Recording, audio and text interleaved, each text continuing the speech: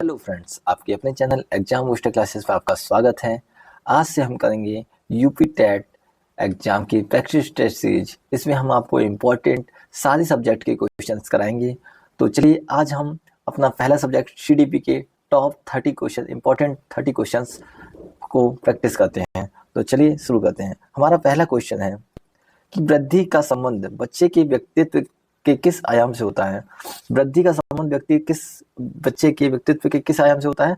वो होता है आपके शारीरिक आयाम। वृद्धि होती है शारीरिक, ठीक है। विकास होता है मानसिक और वृद्धि होती है आपकी शारीरिक, ठीक है। तो ऑप्शन नंबर बी आपका सही जवाब हो जाएगा। क्वेश्चन नंबर सेकंड है, किसी व्यक्ति के विशिष्ट अधिगम के अनुभव के संपर्क में आने के बाद हुए अधिगम के स्तर को मापने के लिए कौन सा परीक्षण तैयार किए गए हैं। देखो, अब व्यक्ति के विशिष्ट अधिगम के अनुभव के संपर्क में आने के बाद हुए अधिगम के स्तर को मापने के लिए कौन सा परीक्षण किया जाता है? ये आपका किया जाता है उपलब्धि परीक्षण, ठीक है। तो ऑप्शन नंबर सी आपका सही जवाब हो जाएगा। नेक्स्ट क्वेश्चन है आपका, एक समस्याग्रस्त बच्चे से संबंधित सही गुण कौन सा नहीं है। सही गुण कौन सा नहीं है, नहीं पूछा है। तो समस्याग्रस्त बच्चा है तो जो चोरी कर सकता है, गुस्से का इजहार कर देगा, झूठ बोल सकता है, मगर सामाजिक रूप से समायोजित नहीं हो सकता है, ठीक है। क्योंकि वो समस्याग्रस्त बच्चा है तो उसका कौन सा गुण नहीं होगा? वो होगा सामाजिक एडजस्टमेंट, ठीक है। सोशल एडजस्टमेंट उसका नहीं होगा। ऑप्शन नंबर सी आपका सही हो जाएगा। क्वेश्चन नंबर 4 है, निम्नलिखित में से कौन वस्तु विशिष्ट प्रकार की परीक्षा की विशेषता नहीं है? जो ऑब्जेक्टिव टाइप के क्वेश्चन होते हैं उसकी कौन सी विशेषता नहीं है? ऑब्जेक्टिव टाइप के क्वेश्चन होते हैं उसकी विशेषता कौन सी नहीं है? तो अधिक विश्वसनीयता होती है, अधिक वैधता होती है और मानदंड निर्धारित करने में आसान होता है, ठीक है। मगर आकलन करने के लिए अधिक श्रम की आवश्यकता नहीं होती है। ऑब्जेक्टिव होते हैं तो आकलन करने में अधिक श्रम की आवश्यकता नहीं होती है। तो इसका ऑप्शन नंबर ए आपका सही हो जाएगा। नेक्स्ट क्वेश्चन है, मनोविश्लेषणात्मक सिद्धांत किसके द्वारा प्रतिपादित किया गया था? जो मनोविश्लेषणात्मक सिद्धांत है किसके द्वारा प्रतिपादित किया गया था? वो किया गया था आपके सिगमंड फ्रॉइड के द्वारा, ठीक है। फ्रॉइड के द्वारा। Option number A Sigmund Freud के द्वारा, ठीक है। ऑप्शन नंबर ए आपका सही हो जाएगा। नेक्स्ट क्वेश्चन है, बाल्यावस्था के अंत में बच्चे किस भौतिक इकाई के रूपांतरण को समझते हैं? बाल्यावस्था के अंत में बच्चे किस भौतिक इकाई के रूपांतरण को समझते हैं? केवल संख्या, केवल द्रव्यमान संख्या या फिर द्रव्यमान संख्या क्षेत्रफल? तो वो आपके सभी को समझते हैं, द्रव्यमान संख्या और क्षेत्रफल, ठीक है। तो ऑप्शन नंबर डी आपका सही जवाब हो जाएगा। नेक्स्ट क्वेश्चन है आपका, विकास का मनोसामाजिक सिद्धांत किसके द्वारा प्रतिपादित किया गया था? तो जो विकास का मनोसामाजिक सिद्धांत है ये प्रतिपादित किया गया था आपके एरिक्सन के द्वारा, ठीक है। तो ऑप्शन नंबर बी आपका सही जवाब हो जाएगा, एरिक्सन, ठीक है। नेक्स्ट क्वेश्चन है आपका, थॉर्नडाइक का माध्यमिक नियम किससे संबंधित है? थॉर्नडाइक का जो माध्यमिक नियम है वो किससे संबंधित है? वो आपके बहुप्रतिक्रिया का नियम, ठीक है। ऑप्शन नंबर बी बहुप्रतिक्रिया का नियम किससे संबंधित है? थॉर्नडाइक के माध्यमिक नियम से, ठीक है। नेक्स्ट क्वेश्चन है आपका, मानव विकास पर वंशानुगत प्रमाणों का समर्थन कौन करता है? तो जो मानव विकास पर वंशानुगत प्रभाव का समर्थक कौन थे? वो थे आपके गाल्टन, ठीक है। तो ऑप्शन नंबर बी आपका सही हो जाएगा, गाल्टन, ठीक है। ऑप्शन नंबर बी आपका सही हो जाएगा, गाल्टन। नेक्स्ट क्वेश्चन है आपका, शिक्षण का कौन सा स्तर अधिगम के असार अनुबंधन के सिद्धांत पर आधारित है? असार अनुबंधन के सिद्धांत पर कौन सा स्तर है? तो वो आपका है आपका स्मृति स्तर, ठीक है, मेमोरी स्टेज, ठीक है। ऑप्शन नंबर सी आपका सही जवाब हो जाएगा, ठीक है। अब नेक्स्ट क्वेश्चन है आपका, किस अवस्था में शारीरिक मानसिक और भावनात्मक परिवर्तन तेजी से देखे जाते हैं? तो कौन सी अवस्था में सबसे ज्यादा तेजी से आपके शारीरिक मानसिक और भावनात्मक परिवर्तन होते हैं? वो होते हैं आपके किशोर अवस्था में, ठीक है। आपके किशोर अवस्था में सबसे अधिक शारीरिक मानसिक और भावनात्मक परिवर्तन होते हैं, ठीक है। इसे तूफान की अवस्था भी कहते हैं। नेक्स्ट क्वेश्चन है, आपके में से कौन सा एक सामाजिक विकास के मार्ग में बाधक है? तो कौन सा आपका बाधक है? बाधक देखना है तो स्वयं का विभाजन बाधक नहीं होगा, स्वयं को बांट दिया बाधक नहीं होगा, शिक्षा का अधिकार बाधक नहीं होगा, सहयोग बाधक नहीं होगा, मगर जो सांप्रदायिकता है ये बाधक हो सकती है सामाजिक विकास में, ठीक है। तो ऑप्शन नंबर सी आपका सही जवाब हो जाएगा। नेक्स्ट क्वेश्चन है आपका, पर्यवेक्षण का मूल उद्देश्य क्या है? जो पर्यवेक्षण होता है उसका मूल उद्देश्य क्या होता है? ये होता है आपके बच्चों को अधिक प्रभावी ढंग से सीखने में मदद करना, ठीक है। पर्यवेक्षण का मुख्य उद्देश्य क्या होता है? आपके बच्चों को अधिक प्रभावी ढंग से सीखने में मदद करना। ठीक है, नेक्स्ट क्वेश्चन है आपका, परियोजना विधि से संबंधित कौन सा कथन सत्य है? तो जो परियोजना विधि है उससे संबंधित कौन सा कथन सत्य है आपका? ये है आपके, देखो, अनुभव द्वारा अधिगम होता है, एक सुविधादाता के रूप में शिक्षक, ठीक है, समस्या समाधान, ये भी ठीक है। तो ये सारे ऑप्शन सही है, तो हो जाएगा ऑप्शन नंबर डी है आपका उपयुक्त सभी। ठीक है, अब नेक्स्ट क्वेश्चन है आपका कि बच्चे के मानसिक मंदता का कारण हो सकता है, मानसिक रूप से थोड़ा सा स्लो है बच्चा, तो उसके क्या क्या कारण हो सकते हैं? गर्भाधान के समय कार्यकारिणी कारण, माँ के गर्भ के अंदर कार्यकारिणी कारण, या जन्म के बाद किसी दुर्घटना के कारण।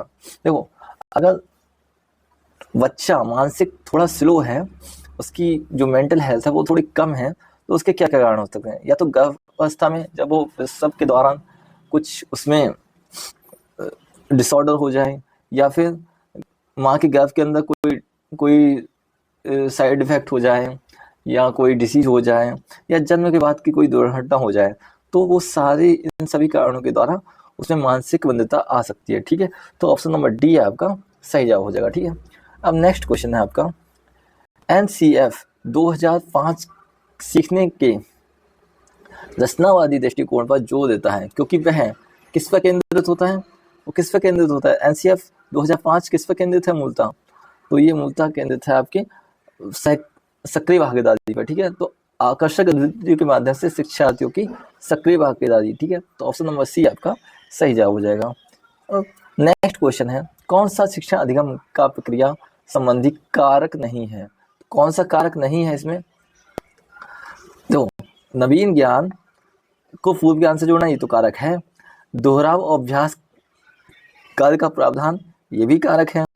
और पुनर्वलन का प्रावधान, रीइंफोर्समेंट दी जाती है, ये भी कारक है। मगर विषय वस्तु की प्रकृति, नेचर ऑफ सब्जेक्ट, तो ये नहीं है। विषय वस्तु की प्रकृति आपकी ये संबंधी कारक नहीं है, तो ऑप्शन नंबर सी आपका सही जवाब हो जाएगा। अब नेक्स्ट क्वेश्चन है आपका, बच्चों के प्रदर्शन को प्रभावित करने वाला विद्यालय से संबंधित सबसे महत्वपूर्ण कारण कौन सा है? तो बच्चों के प्रदर्शन को प्रभावित करने वाला विद्यालय से संबंधित सबसे महत्वपूर्ण कारण कौन सा है? तो ये आपका देखो, पाठ्यचर्या का विकास, ये शिक्षकों के वेतन की वृद्धि, ये नहीं होगा। सतत मूल्यांकन, सबसे ज्यादा जो प्रभावित करेगा वो करेगा आपका सतत मूल्यांकन। ठीक है, तो ऑप्शन नंबर सी आपका सही जवाब हो जाएगा। और श्रव्य दृश्य सहायक सामग्री, ये भी, मगर सबसे ज्यादा क्या होगा? सतत मूल्यांकन प्रभावित करेगा बच्चों को। ठीक है, तो ऑप्शन नंबर सी आपका सही जवाब हो जाएगा। हमें सबसे बेहतर वाले ऑप्शन को टिक करना है। ठीक है, तो इसका सही जवाब हो जाएगा ऑप्शन नंबर सी। अब नेक्स्ट क्वेश्चन है, निचली कक्षाओं में शिक्षण की खेल विधि पर आधारित है। जो निचली जो कक्षाएं होती हैं, खेल विधि किस पर आधारित होती है? वो होती है आपके विकास वृद्धि के मनोवैज्ञानिक सिद्धांत पर। ठीक है, तो ऑप्शन नंबर डी आपका सही जवाब हो जाएगा। नेक्स्ट क्वेश्चन है आपका, निम्नलिखित में से कौन सा मस्तिष्क पक्षाघात का एक प्रकार नहीं है? तो कौन सा प्रकार नहीं है मस्तिष्क पक्षाघात का? ये है आपका मानसिक दुर्विकार। ठीक है, जो मांसपेशियों में जो आपके विकार हो जाते हैं, उसका जो मस्तिष्क पक्षाघात है उसका प्रकार नहीं है। ठीक है, ऑप्शन नंबर बी आपका सही जवाब हो जाएगा। नेक्स्ट क्वेश्चन है आपका, नवजात शिशु के वयस्क आकार का 70% और उसके शरीर के पूरी लंबाई का आधा भाग विकास की इनमें से किस अवधारणा द्वारा सबसे अच्छी तरह से समझाया गया है? तो कौन सी अवधारणा द्वारा है? वो है आपके शीर्षाभिमुख प्रवृत्ति। ठीक है, तो ऑप्शन नंबर डी आपका सही जवाब हो जाएगा। नेक्स्ट क्वेश्चन है आपका, एक अधिगम विकलांगता जिसमें किसी व्यक्ति को समूह और वाक्यों का उच्चारण करने में कठिनाई होती है। एक अधिगम विकलांगता जिसमें किसी बच्चे को शब्दों और वाक्यों का उच्चारण करने में कठिनाई होती है, तो कौन सा डिसऑर्डर है? तो ये कौन सा डिसऑर्डर है आपका? ये है आपके ओरोमीटर डिस्प्रैक्सिया। ठीक है, ओरोमीटर डिस्प्रैक्सिया। ठीक है, ऑप्शन नंबर डी आपका सही जवाब हो जाएगा। अब आपका नेक्स्ट क्वेश्चन है कि शरीर की भौतिक संरचना के संदर्भ में कौन सा सही नहीं है? ठीक है, नहीं है उसे हाईलाइट कर दो, कौन सा सही नहीं है? भौतिक संरचना के संदर्भ में कौन सा सही नहीं है? तो आयताकार ये तो है, ये नहीं होगा। लंबा अनुकृति ये होगा, और गोलाकार ये भी होगा। तो कौन सा नहीं है इसमें से? तो वो है आपका प्रतिपक्षी। ठीक है, प्रतिपक्षी। ऑप्शन नंबर बी आपका सही हो जाएगा, प्रतिपक्षी। नेक्स्ट क्वेश्चन है आपका कि अभिप्रेरणा पर विभिन्न विचारों में से कौन सा आंतरिक और बाह्य दोनों अभिप्रेरणाओं से संबंधित है? तो आंतरिक अभिप्रेरणा और बाह्य अभिप्रेरणा इनमें से कौन सा संबंधित है? देखो मानववादी ये तो नहीं होगा, सामाजिक सांस्कृतिक और संज्ञानात्मक और सामाजिक और संज्ञानात्मक। ठीक है, तो सामाजिक हो गया और सामाजिक हो गया, ये तो हो जाएगा बाह्य अभिप्रेरणा, और संज्ञानात्मक हो जाएगा आपकी आंतरिक अभिप्रेरणा। ठीक है, तो ऑप्शन नंबर डी आपका सही जवाब हो जाएगा। अब आपका नेक्स्ट क्वेश्चन है, निम्नलिखित में से कौन सा एक शिक्षार्थी के लिए अच्छे समायोजन का मानदंड नहीं है? ठीक है, तो कौन सा नहीं है इसमें मानदंड? तो देखो आत्मविरोध ये तो होगा, दमन नहीं होगा, आत्मसंयम ये होगा, उपयुक्त में से कोई नहीं।